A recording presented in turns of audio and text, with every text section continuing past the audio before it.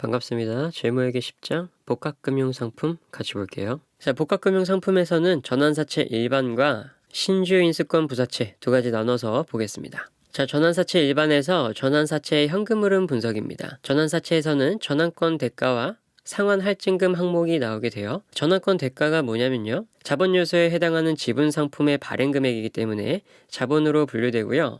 자, 발행가액 빼기 사채 공정가치를 하면은 자본 요소가 나오게 됩니다. 그러니까 대차 차익으로 나오게 된다는 거고요. 전환사채는 일반 사채와 전환권 대가로 이루어져 있는 거예요. 상환할증금은 뭐냐?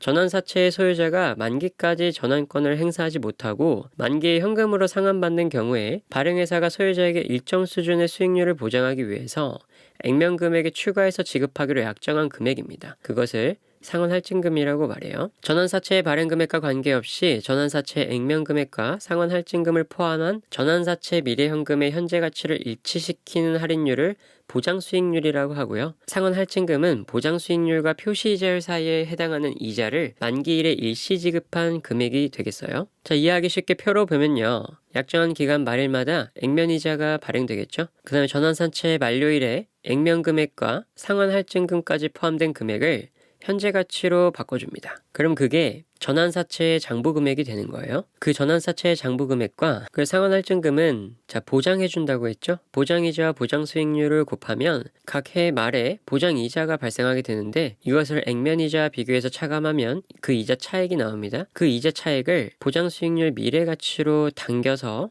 만기에 일시로 지급하는 금액을 상환할증금이라고 말하는 거예요. 그래서 이 표에서 일시에 지급한 이 상환할증금까지 다시 현재 가치로 끌어와서 장부금액을 계산하게 됩니다. 보장수익률과 액면이자율 차이는 상환할증금으로 보상하고, 시장이자율과 보장수익률 차이는 전환권의 부여로 보상하게 되는 겁니다. 복합금융상품의 발행과 관련된 거래원가는 배분된 발행금액에 비례해서 부채 요소와 자본 요소로 배분하게 되는 거고요. 이 전환권 대가가 자본 항목이니까요, 그렇죠?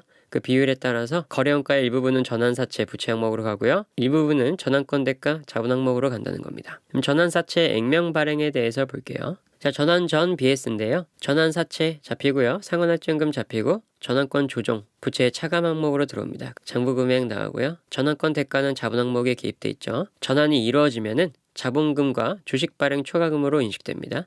관련 손익은 이자 비용, 상환 손실, 조건 변경 손실 등이 나오게 돼요. 그럼 구체적으로 볼게요.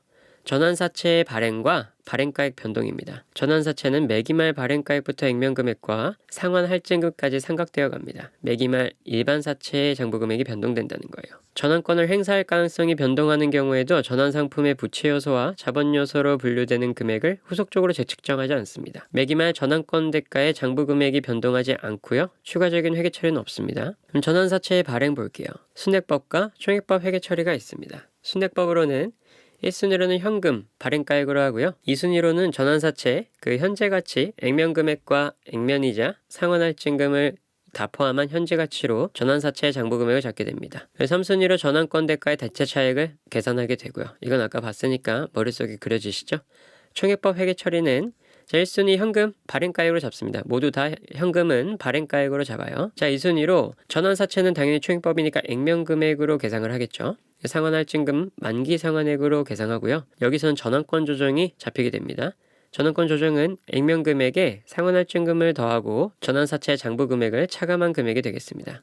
전환권 대가는 대차 차액으로 계산됩니다. 전환권 조정은 사채 할인 발행 차금과 동일하게 부채의 차감 계정이고요. 전환권 대가와는 아무런 관계가 없습니다. 전환권 조정은 사채 할인 발행 차금과 동일하게 부채의 차감 계정이다. 재무상태표만 볼게요. 전환사채 액면금액으로 계산되고요. 상환할증금 만기 상환액 있잖아요. 이거 더해줍니다. 그러면서 전환권 조정은 역산으로 계산된 금액 부채의 차감 항목으로 들어오고요. 그렇게 전환사채의 장부금액이 계산되고요. 전환권 대가는 당연히 자본 항목에 기입되겠죠. 그 전환권 조정은 전환권 대가와는 아무런 관련이 없다는 겁니다. 전환 전 매 기말 이자 비용의 인식과 만기 상환 보겠습니다. 자, 이자 비용은 순액법일 때 간단합니다. 기초장부금액에 취득 시 유의자율 적용하게 되겠죠. 자, 현금은 액면이자 계산하고요. 전환사채는 대차 차익이 되겠습니다. 총액법일 때는 기초장부금액에 취득 시 유효이자를 적용하고요. 2순위 현금은 당연히 액면이자고요. 전환권 조정은 대차 차익으로 들어오게 됩니다. 순액법일 때는 이 대차 차익이 전환사채 장부금액을 끌어올리는 역할을 하겠죠. 총액법일 때는 이 대차 차액이 전환권 조정 금액을 없애는 역할을 하게 되는 겁니다. 이 부채의 차감 계정이니까 이 금액이 작아질수록 시간이 흐름에 따라서 부채가 발행가액을 찾아가겠죠. 그렇죠? 자, 만기 현금 상환할 때인데요. 부채를 상환하니까 현금이 당연히 나가겠죠. 그러면 전환사채 들어오는데 순액법일 땐 전환사채 액면금액과 상환할증금 만기 지급액이 포함된 금액이 들어오게 됩니다. 그러면서 자본 항목에 돼 있던 전환권 대가도 없어지면서 전환권 대가 소멸이익으로 잡아줍니다. 자본 항목이다 돼 있죠. 총액법은 한번 읽어보세요. 자, 그럼 전환권 행사됐을 때 볼게요. 전환 시 자본 총계에 미치는 영향인데요. 전환 시점 전환사채 잔고 금액과 전환 비율을 곱해주면 됩니다. 전환 시에 주식 발행 초과금 증가액인데 회계처리를 이용해서 풀으세요. 대차 차액으로 계산은 됩니다. 자, 차변에 전환권 대가가 오게 돼요. 당연하겠죠? 전환권을 행사했으니까 발행 시 장부 금액에 전환 비율을 곱하게 됩니다. 전환일의 장부 금액 아니에요. 전환권 대가를 잡아주고요. 행사가 됐으니까 대변엔 자본금이 오겠죠. 행사 주식수에 액면 금액을 곱해줍니다. 자, 행사 주식수는 전환권에 행사된 전환사채 금액 나누기 전환 가격이 됩니다. 그리고 주식 발행 초과금이 있다면 대차 차액으로 들어오게 되겠죠. 전환권 행사 이후에 이자 비용 인식 및 만기 시 현금 상환액 볼게요. 자, 기 중에 일정 %가 전환됐어요. 그러면 만기 시에 제공되는 게 변동된 거죠. 그럼 이자 비용은 기초전환 상태의 장부 금액인데 이 액면 이자와 액면 금액 그리고 상환 할증금을 다시 현재 가치로 바꿔줍니다.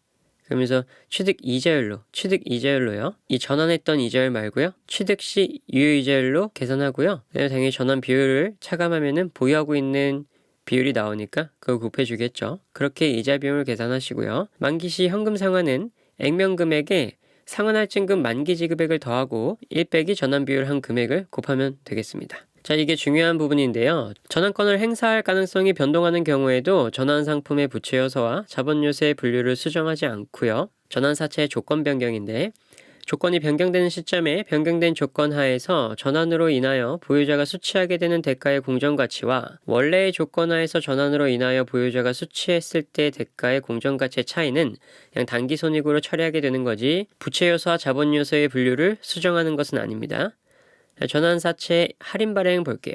액면 금액과 발행 금액의 차액은 사채 할인 발행 차금으로 처리하게 되고요. 사채 할인 발행 차금은 전환사채에 가감하는 형식으로 표시하게 됩니다. 유효이자율법으로 삼각하고요. 동삼각액은 이자 비용에 가산하게 되겠죠. 총액법 있습니다. 총액법 순회법 있는데 이거 한번 읽어보시고요. 기말 이자 비용의 회계 처리를 묻는 문제가 아니라면 순액법으로 풀이하면 액면 발행을 묻는 문제와 모든 것이 동일하니까 총액법은 좀 복잡해요. 그러니까 순액법으로 그냥 다 계산하시라는 겁니다. 자, 1순위는 들어온 현금이겠죠. 당연히 발행가액으로 현금은 인식하시고요. 2순위는 전환사채 금액을 계산하는 겁니다. 액면 금액과 액면이자 그리고 상환 할증금을 다 더한 금액으로 현재 가치 시켜주고요. 3순위는 대차채액 전환권 대가 잡으시면 돼요. 그렇기 때문에 회계 처리를 묻는 문제가 아니라면 순액법으로 계산하면 풀이가 간단해서 빠르겠죠. 전환사채 할인 발행에 따른 매 기말 이자 비용 인식 어떻게 하는지 보겠습니다. 전환사채 장부 금액에 기초장부 금액에 유효 이자율을 곱해서 계산하겠죠. 자, 1순위 이자 비용으로 인식한 금액이 있겠죠? 거기서 표시 이자를 차감합니다. 그러면서 총 상각액을 먼저 계산하게 되고요. 2순위로는 이를 사채 발행 차금 상각액과 전환권 조정 상각액으로 금액 비율로 안분하게 되는 거예요. 자, 이자 비용이 나왔으면 현금으로는 액면 이자만 나가게 되는 겁니다. 그러면서 그 차액은 전환권 조정과 사채 할인 발행 차금 각각 비율에 따라서 나눠지게 되는 거예요. 자, 그래서 전환권 조정 같은 경우는 대차차액 상각액, 이 상각액을 전환권 조정 금액과 곱한 다음에 전환권 조정과 사채 할인 발행 차금을 더한 금액과 나눠주겠죠. 당연하죠. 안분 계산하라는 겁니다. 그냥. 순액법 회계 처리는 현금은 액면이자로 나가면서 대차 차액은 다 전환권 조정으로 들어가게 되는 거예요.